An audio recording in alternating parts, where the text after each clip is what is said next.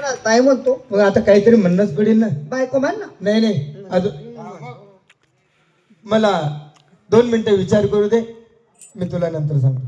लय भारी बोलला. हा. डोक्यात घेतलंस तू. बरोबर. बरोबर आहे. मला कोणी डोक्यात असो नाही. मंडळी, कोणी असो, विचार म्हटला म्हणजे माणसाचा गुरु असतो. नाहीतर खूप मोठा पस्तावा होतो. करायला तर करून जातो पण मग पस्तावत बसतो.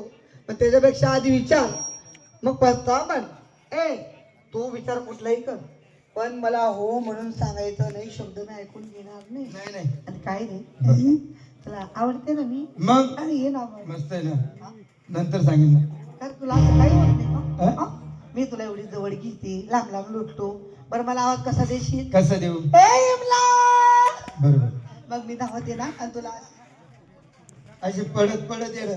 धावत नाही पडत पडत म्हणजे अशी लोटांगण घेते हा. तेव्हा प्रेम करशील. टाइम तुझ्या लागेल. करता मी काही करण्यासाठी तयार आहे. हा. पण नंतर विचार झाल्यानंतर देवा परमेश्वरा, अरे कशी बाई आहे. अरे स्त्रीच्या अंगी 36 नखरे असतात. त्यापैकी माणसाला एक नखरा दाखवला म्हणजे माणूस हा बेचैन होऊन जातो. तस मी असं करू शकत नाही, कारण माझी आई आहे ती. मला जन्म दिला नाही म्हणून हे काय झालं, पण मला तिचं पालन केलंय.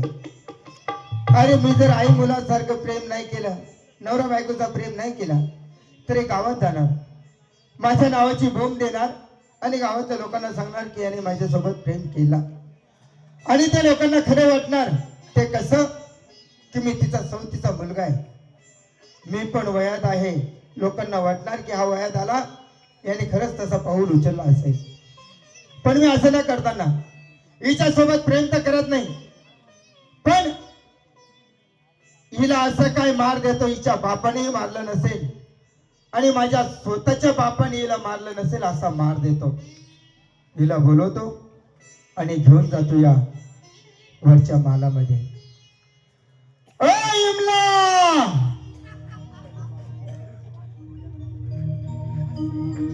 मोना, हा. ए चंद्रा,